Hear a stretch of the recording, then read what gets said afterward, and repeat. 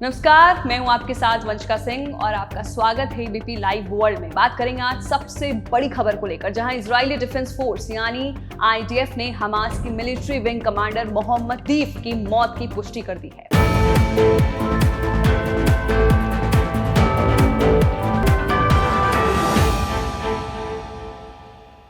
IDF ने बताया है कि पिछले महीने दक्षिणी गाजा पट्टी में एक इजरायली हवाई हमले में मोहम्मद दीफ मारा गया था।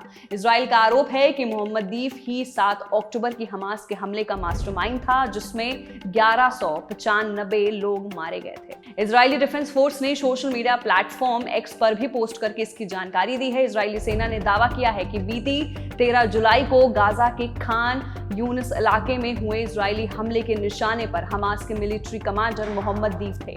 वहीं गुरुवार यानी 1 अगस्त को इजरायली सेना ने इस हमले में उनकी मौत की पुष्टि भी कर दी है। साथ ही इस दौरान इजरायली सेना के हमले का निशाना गाजा के शहर खान यूनिस का एक कंपाउंड था। माना जा रहा है कि 13 जुलाई को मोहम्मद दीफ भी वहीं मौजूद था। इजरायली सेना ने उस समय बताया था कि हवाई हमले में एक और हमास कमांडर राफा सलामा भी मारा गया था। हालांकि उस वक्त इजरायली सेना ने मोहम्मद दीफ की मौत की पुष्टि नहीं की थी।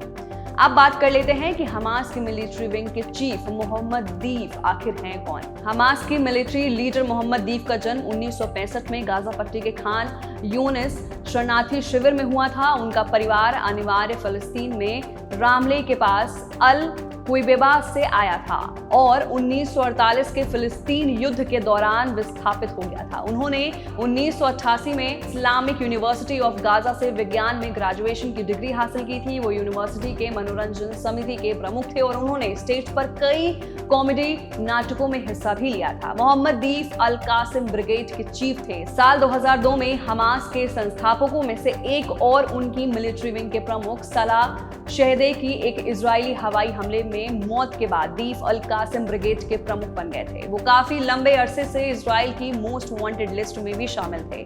ऐसा ये भी माना जाता है कि साल 2001 से लेकर अब तक मोहम्मद दीफ को मारने की 7 बार कोशिश हुई थी, लेकिन वो हर बार मौत को चकमा देकर फरार हो गए। इनमें से 2002 में हुए हमला उनकी जिंदगी के लिए सबसे घातक था। उस दिन दीफ की जान तो बच गई, लेकिन उनकी एक आंख चली गई। जबकि इजराइल का कहना है कि डीएफ का एक पैर और हाथ भी नहीं था और उसे बोलने में भी दिक्कत आती थी। साल 2014 में भी इजरायली सुरक्षा बलों ने दीफ को मारने की कोशिश की थी।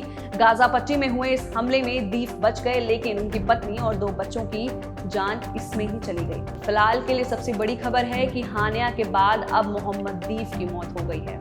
आप क्या सोचते हो? नीचे दिए गए कमेंट सेक्शन में अपनी राय जरूर दें। मैं थी आपके साथ वंशिका सिंह और आप देख रहे हैं एबीपी लाइव वर्ल्ड।